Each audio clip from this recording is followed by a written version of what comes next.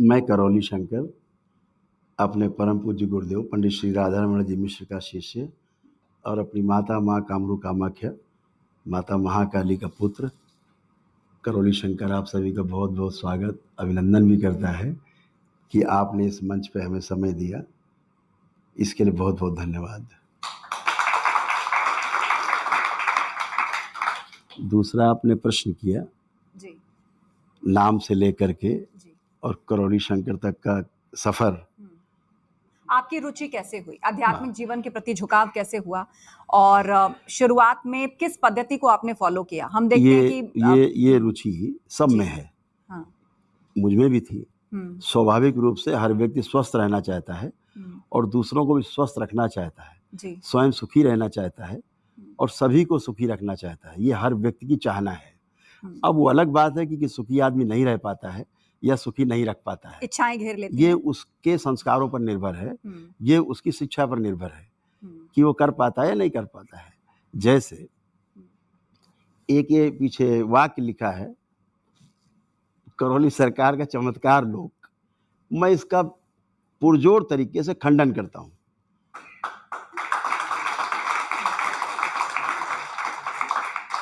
इस पूरे संसार में, इस पूरी सृष्टि में चमत्कार नाम की कोई वस्तु नहीं, रहस्य नाम की कोई वस्तु नहीं, भूत प्रेत नाम की कोई वस्तु नहीं है ही नहीं।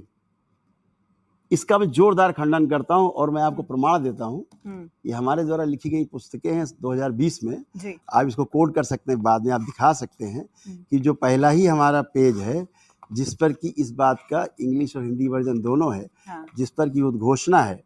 अगर 4 लाइन आप ऑडियंस को पढ़ के सुना देंगे तो और स्पष्ट हो जाएंगे कि दरबार की ऑडियोलॉजी क्या है।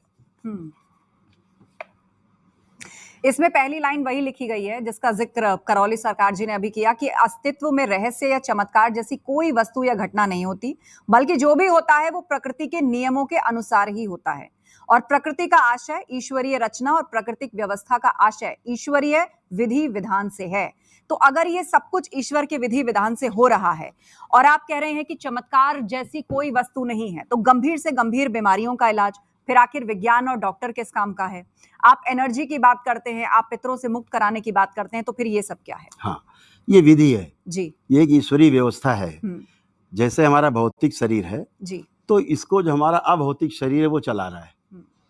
अगर जिन लोगों ने इस पर ध्यान दिया है कि केवल ये शरीर ही जो दिख रहा है ये नहीं है, इसके पीछे वो भी है जो इसके अंदर रह करके सुन रहा है, इसके अंदर रह के देख रहा है, इसके अंदर से ही सारे कार्यक्रम कर रहा है, उसके अनुसार ही शरीर चलता है। अगर वो ये देख पाता है तो उसको चमत्कार नहीं लगता है। जो शरीर मान के ही जी रहा है वो चमत्कार में जीता है, रहस्य में जीता है। और जो शरीर और उसके साथ जो व्यवस्था है जीवन की, जो जीवन है जिसे हम कहते हैं, आप चेतना और आत्मा की बात कर रहे हैं। हाँ, अगर हम बात करेंगे वो थोड़ा विषय इस तरह का, उसको लंबा समय चाहिए होगा। हम छोटी सी बात करते हैं। एक संगठन है जिसको हम जीवन कहते हैं।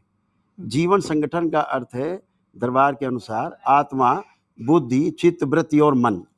ऐसे 5 चीजों का जो संगठन है उसको हम जीवन कहते हैं जी। और ये जीवन ही शरीर को चलाता है। ये हम लोग समझ सकते हैं। तो और ये जीवन का लक्ष्य है सुखी रहना। हर व्यक्ति सुखी रहना चाहता संसार में। एक व्यक्ति आपको ढूंढे नहीं मिलेगा जो ये कहे कि नहीं साहब हम तो दुखी रहना चाहते हैं। और सुखी नहीं रहना चाहता, वो निरंतर सुखी रहना चाहता है, कंटिन्यू हैप्पीनेस। कभी नहीं कि हाँ सुख हो और दुख हो, ऐसा कुछ नहीं। अच्छा, कुछ तस्वीरें हैं ये पीछे चल रही, मैं चाहूंगी कि लोग भी देखें और आप भी एक बार देखें। ये बहुत सारे फॉलोअर्स हैं, ये बहुत सारे डिवोटीज हैं आपके, और आपके दरबार में ऐसी बहुत सारी महिलाएं आती हैं। हमने देखा है कि वो अचानक रोने लगती हैं, चिल्लाने लगती हैं और लेट जाती हैं जमीन पर। ये सब क्या है? इम्बैलेंस है। किस तरह का इम्बैलेंस? एनर्जी का। ये एनर्जी का जो हमारे अंदर है उसका इम्बैलेंस है। जैसे आप लोग एक शब्द हमेशा पूछते हैं, ये देखिए महिला इस तरह लेटी जैसे आप लोग हमसे हमेशा पूछते हैं अक्सर ये बैलेंस क्या शब्द आप प्रयोग करते हैं, पूछते हैं, आपके मन में भी होगा। तो बैलेंस हम लोग एक कार्यक्रम चलाते हैं, दरबार एक कार्यक्रम चलाता है जीरो बैलेंस के नाम से। वो ध्यान साधना का कार्यक्रम है जो हमारे मिश्री मठ से संचालित होता है, साधकों के लिए है, ध्यान और साधना करने वाले लोगों के लिए जीरो बैलेंस प्रोग्राम है। लेकिन ये जो आम लोग बैठे हैं, क्या ये लोग भी ध्यान और साधना कर सकते हैं? क्या ये इतना आसान है? अभी करा सकते हैं। अच्छा। हाँ, 1 मिनट में करा सकते हैं। यही करा कर दिखाइए, कोई है वॉलंटियर करने के लिए? सारे करें, सारे करें। चलिए, मैं आपसे अनुरोध करती हूँ, आप भी आ जाएं और एक किसी पुरुष से अनुरोध करती हूँ। जहाँ बैठे वहीं बैठे अच्छा, रहें। ठीक है, वहीं बैठे आप रहें। देखिए हाँ। उस ध्यान साधना का प्रभाव क्या पड़ता है।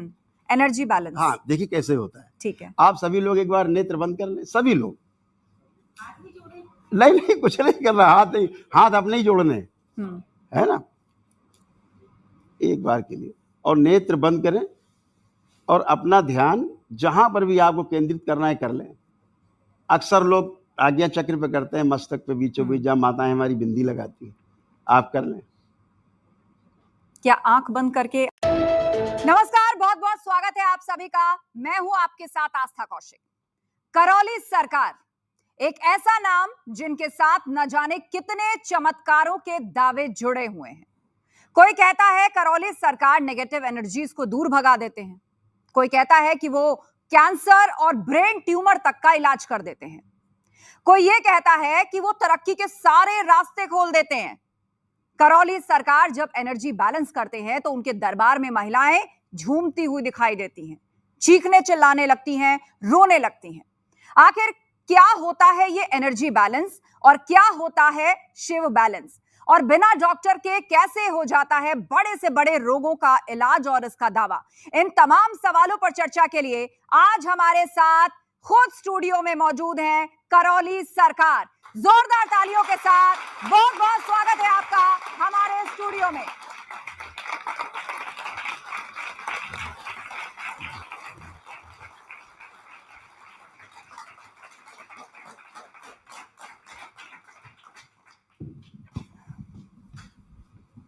तो आज इस मंच से ढेर सारी बातें होने वाली हैं। हमारे साथ ऑडियंस भी मौजूद है, उनका भी यदि कोई सवाल या जिज्ञासा है तो मेरा अनुरोध है जब मैं आपकी तरफ आऊं तो आप लोग अपने हाथ ऊपर उठाइएगा।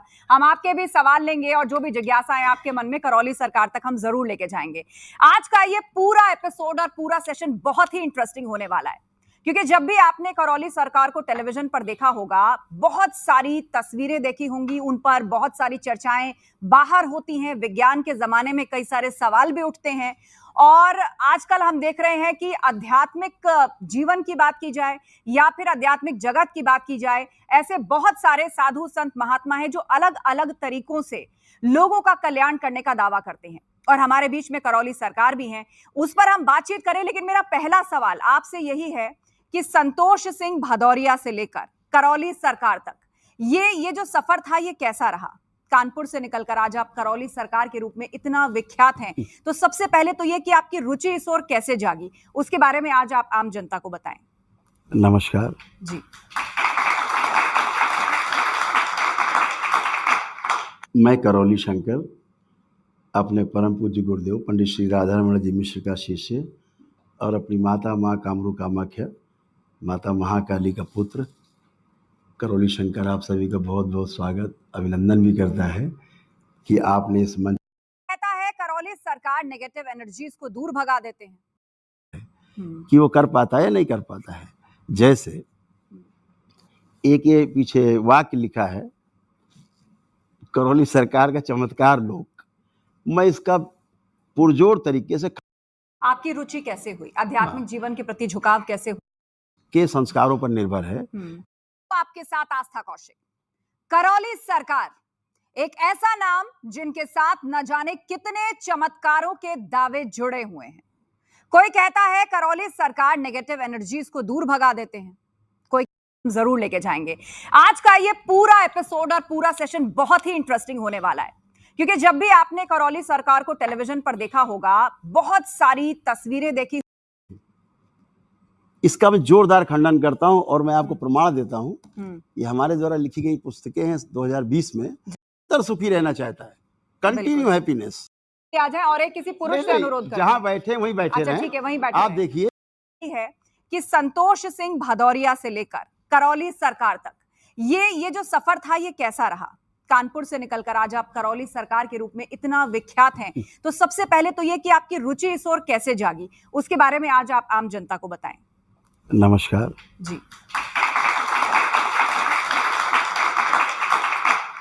मैं करौली शंकर, अपने परम पूज्य गुरुदेव पंडित श्री राधारमण जी मिश्र का शिष्य और अपनी माता माँ कामरू कामाख्या माता महाकाली का पुत्र है।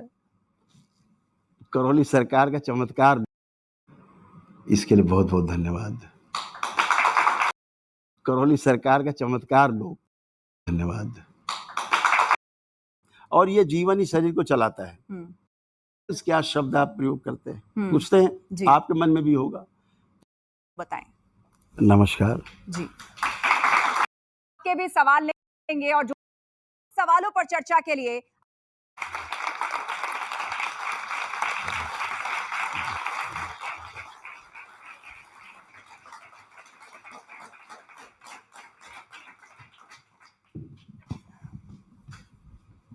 तो आज इस मंच से ढेर सारी बातें होने वाली हैं। हमारे साथ ऑडियंस भी मौजूद है, उनका भी यदि कोई सवाल या जिज्ञासा है तो मेरा अनुरोध है जब मैं आपकी तरफ आऊं तो आप लोग अपने हाथ ऊपर उठाइएगा। हम आपके भी सवाल लेंगे और जो भी जिज्ञासा है आपके मन में करौली सरकार तक हम जरूर लेके जाएंगे। आज का ये पूरा एपिसोड और पूरा सेशन बहुत ही इंटरेस्टिंग होने वाला है, क्योंकि जब भी आपने करौली सरकार को टेलीविजन पर देखा होगा, बहुत सारी तस्वीरें देखी होंगी, उन पर बहुत सारी चर्चाएं बाहर होती हैं, विज्ञान के जमाने में कई सारे सवाल भी उठते हैं। और आजकल हम देख रहे हैं कि आध्यात्मिक जीवन की बात की जाए या फिर आध्यात्मिक जगत की बात की जाए, ऐसे बहुत सारे साधु संत महात्मा हैं जो अलग अलग तरीकों से लोगों का कल्याण करने का दावा करते हैं। और हमारे बीच में करौली सरकार भी हैं, उस पर हम बातचीत करें। लेकिन मेरा पहला सवाल आपसे यही है कि संतोष सिंह भदौरिया से लेकर करौली सरकार तक ये जो सफर था, ये कैसा रहा? कानपुर से निकलकर आज आप करौली सरकार के रूप में इतना विख्यात हैं, तो सबसे पहले तो ये कि आपकी रुचि इस ओर कैसे जागी, उसके बारे में आज आप आम जनता को बताएं। नमस्कार जी, मैं करौली शंकर, अपने परम पूज्य गुरुदेव पंडित श्री राधारमण जी मिश्र का शिष्य और अपनी माता माँ कामरू कामाख्या माता महाकाली का पुत्र करौली शंकर आप सभी का बहुत बहुत स्वागत, अभिनंदन भी करता है कि आपने इस मंच पे हमें समय दिया, इसके लिए बहुत बहुत धन्यवाद। दूसरा आपने प्रश्न किया जी, नाम से लेकर के जी, और करौली शंकर तक का सफर, आपकी रुचि कैसे हुई, आध्यात्मिक जीवन के प्रति झुकाव कैसे हुआ, और शुरुआत में किस पद्धति को आपने फॉलो किया? हम देखते हैं कि ये रुचि सब में है। हाँ, मुझ में भी थी। स्वाभाविक रूप से हर व्यक्ति स्वस्थ रहना चाहता है और दूसरों को भी स्वस्थ रखना चाहता है, स्वयं सुखी रहना चाहता है और सभी को सुखी रखना चाहता है। ये हर व्यक्ति की चाहना है। अब वो अलग बात है कि सुखी आदमी नहीं रह पाता है या सुखी नहीं रख पाता है, इच्छाएं घेर लेती ये हैं। उसके संस्कारों पर निर्भर है, ये उसकी शिक्षा पर निर्भर है कि वो कर पाता है या नहीं कर पाता है। जैसे एक ये पीछे वाक्य लिखा है, करौली सरकार का चमत्कार लोग, मैं इसका पुरजोर तरीके से खंडन करता हूं।